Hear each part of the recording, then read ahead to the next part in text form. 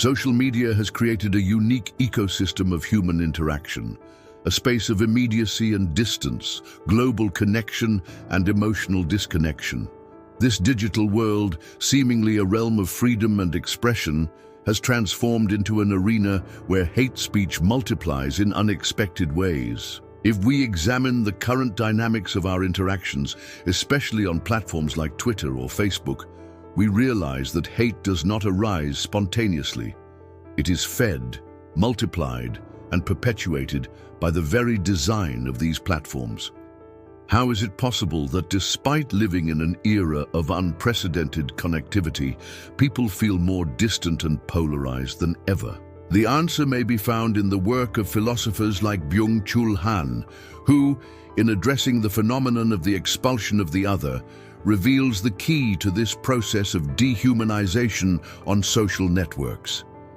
Byung-Chul, in his analyses of contemporary society, points out that the expulsion of the other is a process manifested in the growing inability to accept difference. In a digital world where diversity of opinion is constant, it is paradoxical that instead of being celebrated, this diversity is reduced to a set of labels and stereotypes that divide and confront people.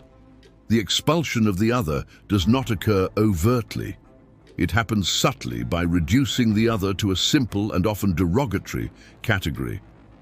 In this way, hate is not just an emotional reaction, but a consequence of a system that fosters exclusion and polarization. The digital space, as Han describes it, is a field where emotions are intensified. Instead of allowing individuals to meet on a horizontal plane, open to dialogue and genuine encounter, social media drags us into a competitive and egocentric space. The logic of algorithmic resistance, for example, pushes us to generate fast and emotional reactions to gain visibility, and this becomes fuel for hate. Rather than a space of mutual enrichment, digitalism intensifies the dichotomy between us and them. The immediacy with which we are exposed to others' opinions creates a frenzy that leaves no room for reflection, only for rapid condemnation. The concept of expulsion of the other becomes even more relevant when viewed from a psychological perspective. Human beings naturally seek cohesion and validation within social groups. Social networks, through the creation of information bubbles, encourage this tendency, reinforcing pre-existing beliefs and closing the door to dissenting opinions. By creating closed environments where the confrontation of ideas is avoided or punished, our capacity for intellectual and emotional growth is diminished. We become comfortable in our certainties, and any form of diverse thinking is seen as a threat. This process of expelling the other is not new. Throughout history, the exclusion of the other, the different, has been a constant. From religious persecutions to political conflicts, rejection of difference has been a dividing force in humanity. What social networks do is accelerate this process, creating ecosystems that not only favor exclusion, but also punish dissent. In this context, the dynamics of hate become a collective defense mechanism, as if accepting difference were a sign of weakness. It is within this fragmented and polarized context that the figure of the other becomes the central axis around which much of the discourse is structured. Identity on social media is built not only through what we are, but also through what we are not. Being part of a group necessarily implies excluding those who do not share our beliefs or values. Hate, then, is not merely an irrational emotion. It is a social construction fueled by the need to belong to a tribe and the fear of what lies outside of it. It may not be immediately obvious, but the way we consume content on social media also has a profound impact on how we perceive reality. The speed of information, the fragmentation of messages, the simplification of conflicts, all of this creates a distorted perception of the world. Emotions, when amplified in this way, lose their individual character and become collective reactions where hate does not arise as a personal feeling, but as a group manifestation. Social media not only connects people, it turns them into actors in a collective tragedy. This process is neither accidental nor circumstantial. Hate on social media is the direct result of an economic model that prioritizes polarization as a monetization strategy.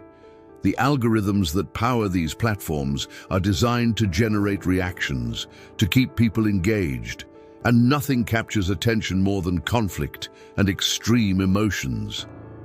The logic of clickbait has come to dominate the way we perceive truth. In this sense, social media is not merely a mirror of our reality, it is an amplifier of our worst impulses. If we reflect deeply, the creation of these spaces of conflict and hatred on social media has a broader philosophical root. The absence of a shared, common truth becomes fertile ground for constant confrontation. In the absence of consensus on what is right or just, we retreat into our certainties, which only serve to radicalize us further. In the digital age, ideas are no longer debated in a space of reflective exchange. They are imposed through the force of numbers. The violence we see on social networks is, to a large extent, the result of a lack of true dialogue. The psychology of the masses, as studied by Freud, gains new relevance in this context. People, as part of an anonymous collective on social media, tend to lose their intellectual and emotional autonomy. The individual dissolves into the crowd, and with that, the responsibility for their own thoughts and actions. Far from being a new phenomenon, this has been a constant throughout history, and social media has accelerated this process, encouraging the depersonalization of hate speech. As thinkers, the invitation is clear. We must begin to question the role we play in the creation and multiplication of these discourses. Every time we like a hateful comment or engage in a polarized discussion, we are feeding a system that thrives on exclusion and violence. Change, however, begins with us, with our ability to pause and reflect before reacting, to question the ideas we accept without thinking, to resist falling into the trap of polarization.